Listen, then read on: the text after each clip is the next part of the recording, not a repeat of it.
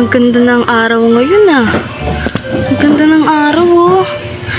Ano kayang chismis ang masagap po ngayon? Ayaw, di ba? May manok pa.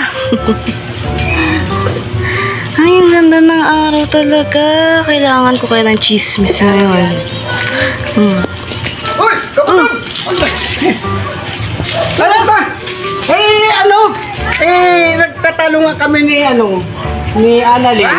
Kasi nga, may isang kasi doon sa bahay, may isang pinto doon na ayaw ko nga pabuksan. Kasi nga, yun, ang hirap kasi, pag binuksan mo yun, talaga ako lang namumroblema. Ngayon, pagdating ko doon sa bahay, nagtataka ko, ba't binuksan niya? Binuksan mo. Sabi niya,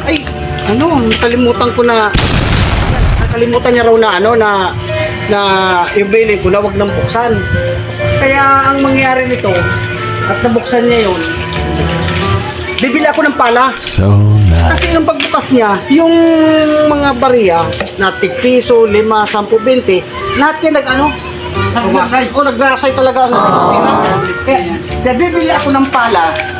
Kasi ipapala ko lang ganyan, papasok, pabalik doon. Hindi ka yung dapat lang. Masakit sa kamay, kaya ang nangyayari yan, papalahin ko talaga.